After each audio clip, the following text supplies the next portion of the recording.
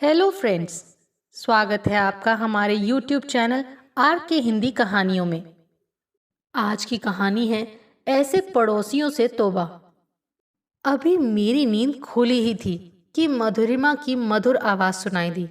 वास्तव में ये खतरे की घंटी थी। मैं अपना मोर्चा संभालती इससे पहले ही स्थूल शरीर की वो स्वामिनी अंदर पहुंच चुकी थी।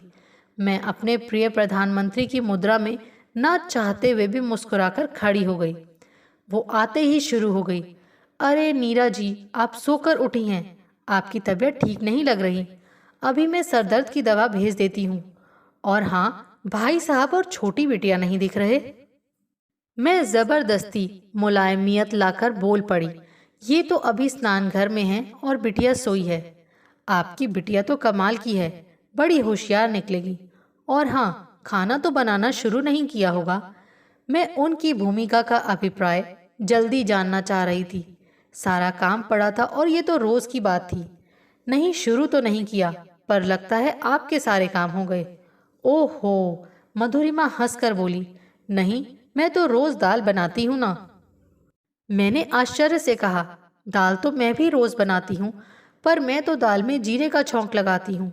वो तो मैं भी करती हूँ, इसमें नई बात क्या है? वो क्या है नीरा जी कि आज दाल बनाने के बाद डब्बा खोला तो जीरा खत्म हो गया था। सोचा आप ही से मांग लूं। मधुरिमा ने अधिकार से कहा। फिर बड़ी आत्मीयता से मेरी पत्रिकाएं उलटने लगी। मैंने तो सिर पकड़ लिया। थोड़ा सा जीरा मांगने में भी इतनी भूमिका। खैर, ये तो रोज का धंधा था। मुझे तो आदत सी पड़ गई थी। ये मेरे घर के पास रहती हैं और मेरी सभी चीज़ों पर अपना जन्मसिद्ध अधिकार जताती हैं। इस अधिकार का प्रयोग इन्होंने दूसरों के घरों पर भी किया था, पर वहाँ इनकी दाल नहीं गली। और फिर संकोचवश कुछ ना कहने के कारण मैं बलि का बकरा बना दी गई।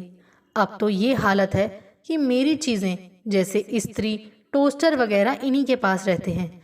जब मुझे ज़रूरत पड़ती है तो कुछ देर के लिए उनके घर से मंगवाकर फिर उन्हीं को वापस भी कर देती हूँ, क्योंकि जानती हूँ कि कुछ ही क्षणों के बाद फिर मधुर आवाज में खतरे की घंटी बजेगी। भूमिका में कुछ समय बर्बाद होगा और मेरा टोस्टर फिर से उनके घर की शोभा बढ़ाएगा।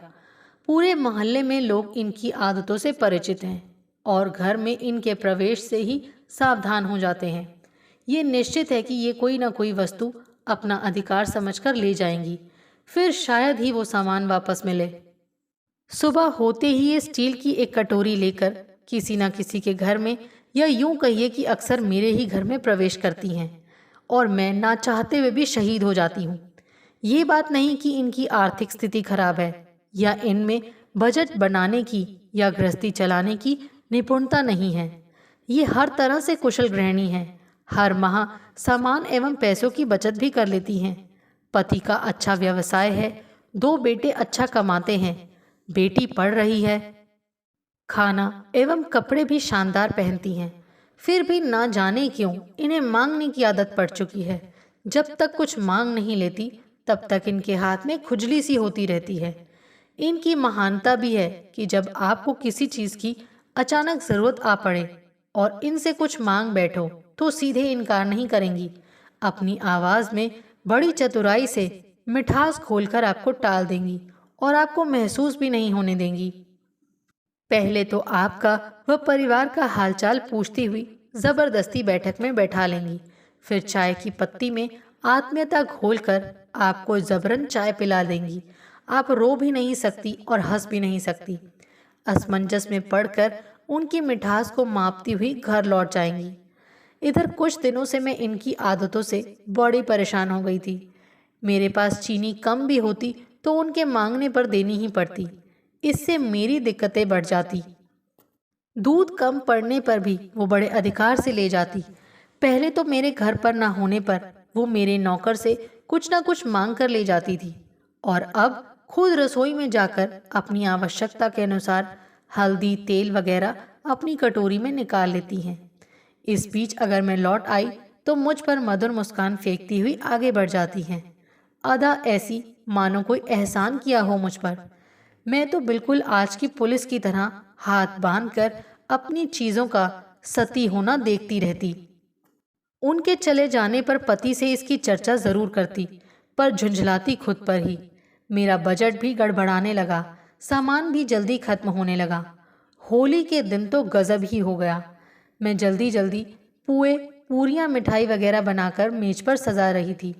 मेहमान आने ही वाले थे। इधर मेहमान आने शुरू हुए, उधर मधुरिमा खतरे की घंटी बजाती हुई आ पहुंची।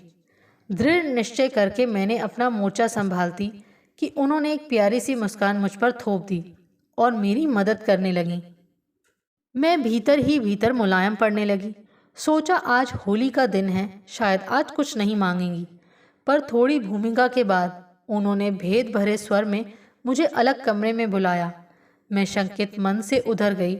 उन्होंने अधिकार पूर्वक मुझसे कहा, नीरा जी, आज तो पिंकू के पिताजी बैंक नहीं जा सकते।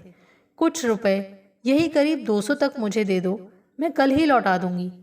मेरे ऊपर तो वज्र गिर पड़ा। मैं इनकार करती इसके पहले वो बोल पड़ी, नीरा बहन, तुम तो दे ही दोगी, मैं जानती थी। मैं असमंजस में थी। फिर वो बोली, देखो जल्दी करना, तुम रुपए निकालो, तब तक मैं रसोई से 1 किलो चीनी ले आती हूँ। थैली मेरे पास है। आज मेवों की गुजिया बनाने की सोच रही हूँ, तुम लोगों को भी चखने को दे जाऊंगी। मैं अभी कुछ कहना ही चाहती थी कि और भी मेहमान आ पहुंचे। मैंने जल्दी से पर्स से 200 रुपए निकाले। सोचा आगे देखा जाएगा। मधुरिमा ने जल्दी से रुपए लपक लिए और रसोई की ओर चली गई। मैं इधर मेहमानों में फंस गई। 1 घंटे के बाद जब सारे मेहमान चले गए तो वो फिर आईं। मैं गुस्से से कुछ कहने ही वाली थी कि उन्होंने मोहक मुस्कान फेंक कर कहा, नीरा जी, आप मालपुए बहुत अच्छे बनाती हैं, सोचा चख लूं। मैं ठंडी पड़ गई। हाँ हाँ, क्यों नहीं, थोड़े से मालपुए बचे हैं। कुछ निकाल कर मैंने उन्हें दिए। नहीं नीरा जी, मैं तो बस थोड़ा सा ही चख लूंगी। ये कहकर उन्होंने पूरा खाना खाया। फिर बोली, वाह, बहुत स्वादिष्ट है, अभी मैं बच्चों को भी बुलाकर लाती हूँ, वो भी थोड़ा चख लेंगे। फिर रात का पूरा खाना खाने हम लोग आएंगे। मेरी आंखों के आगे तो पूरी पृथ्वी घूम गई। अभी इस आघात से उबर भी नहीं पाई थी कि वो सपरिवार चहकते हुए आ पहुंची। साथ में फफूंदी लगा आम का मरियल सा अचार एक छोटी कटोरी में था। पति व बिटिया मेहमानों को छोड़ने बस अड्डे गए थे। सोचा आज हमारा उपवास ही सही। किसी तरह लड़खड़ाते कदमों से रसोई की ओर बढ़ी, पर उससे पहले मधुरिमा ने कहा, आप बैठिए नीरा जी, थक गई होंगी, मैं निकाल लेती हूँ। मेरे मना करते करते उन्होंने सारी बची खुची रसद निकाल कर बाहर की और सब लोग चखने बैठ गए। मेरे हाथ में अचार की कटोरी थी और मैं मन ही मन सुलग रही थी। सोचा कटोरी कूड़ेदान में फेंक दूं। खैर, सब लोग रात में खाना खाने का वादा करके जल्दी ही मेरे पुए चक्कर चले गए। मेरे लिए कुछ भी नहीं बचा था। पति के आने पर मैंने सारी बातें कही। वो भी बहुत दिनों से इसी समस्या पर विचार कर रहे थे। पहले तो उन्होंने मेरी बेवकूफ़ी पर मेरी खिंचाई की, फिर होटल से लाकर खाना खाया। शाम तक वो कुछ विचार करते रहे और फिर रात में खुश होकर मधुरिमा के आने से पहले ही हमें सैर कराने ले गए। बाहर ही हमने खाना खा लिया। उन्होंने 10 दिन की छुट्टी ली। मैंने कारण पूछा तो बोला कि समय पर सब जान जाओगी। मैं मूक दर्शक बनकर अगली खतरे की घंटी का इंतजार करने लगी। दूसरे दिन सुबह ही मधुरिमा अपनी चिर परिचित मुद्रा में खड़ी हो गई। मैं तो पहले ही अंदर छिप चुकी थी। आज मेरे पति ने मोर्चा संभाला था। अरे भाई साहब, आप नीरा जी किधर गईं? वो तो अपनी सहेली के घर गई हैं। मुझसे कह गई कि आपके आने पर जो कुछ भी चाहिए आपको मैं दे दूं। बोलिए, क्या चाहती हैं आप? मधुरिमा सकपका गई। अपने जीवन में शायद पहली बार उनको इस तरह की बातों का सामना करना पड़ रहा था। वो रुक रुक कर बोली, बात यह है भाई साहब कि आज पिंकू के सिर में दर्द है। मैं तो खुद बाजार नहीं जा सकती, मिट्टी का तेल भी खत्म हो गया है। सोचा आपसे मांग लूं। मैं कनस्तर लेकर आई हूँ, 4 लीटर दे दीजिए। देखिए मधुरिमा जी, मैं अभी बाजार जा रहा हूँ, आप पैसे दे दे, मैं अभी तेल ले आता हूँ, मेरा भी खत्म हो चुका है। मेरे पति ने हंसकर कहा, अब तो मधुरिमा को काटो तो खून नहीं। मरियल सी आवाज में बोली, रहने दीजिए, फिर कभी मंगवा लूंगी, अभी तो मुझे कहीं जाना है। ये कहकर वो तेजी से चली गई। मैं छुप कर देख रही थी और हंस हंस कर लोटपोट हो रही थी। 3-4 दिन चैन से गुजरे। मेरे वो 200 रुपये तो कभी लौटे नहीं, लेकिन खैर, एक घटना के बाद मुझे हमेशा के लिए शांति मिल गई। एक दिन सुबह सुबह फिर वो मुझे खोजती हुई सीधे मेरे कमरे में पहुंची, पर मैं तो पहले ही खतरे की घंटी सुनकर भंडार गृह में छिप गई थी। वो निराश होकर वहीं बैठ गई। मेरे पति ने अंदर आकर उनको नमस्ते की और उनके आने का कारण पूछा। मधुरिमा ने सक पकाकर कहा, भाई साहब, नीरा जी को बुला दीजिए, ये बात उन्हीं से कहनी थी। मधुरिमा जी, आपको मालूम नहीं, नीरा की बहन को लड़का हुआ है, इसीलिए वो तड़के ही उठकर शादरा अपनी बहन के पास गई है। अब तो कल ही लौटेगी।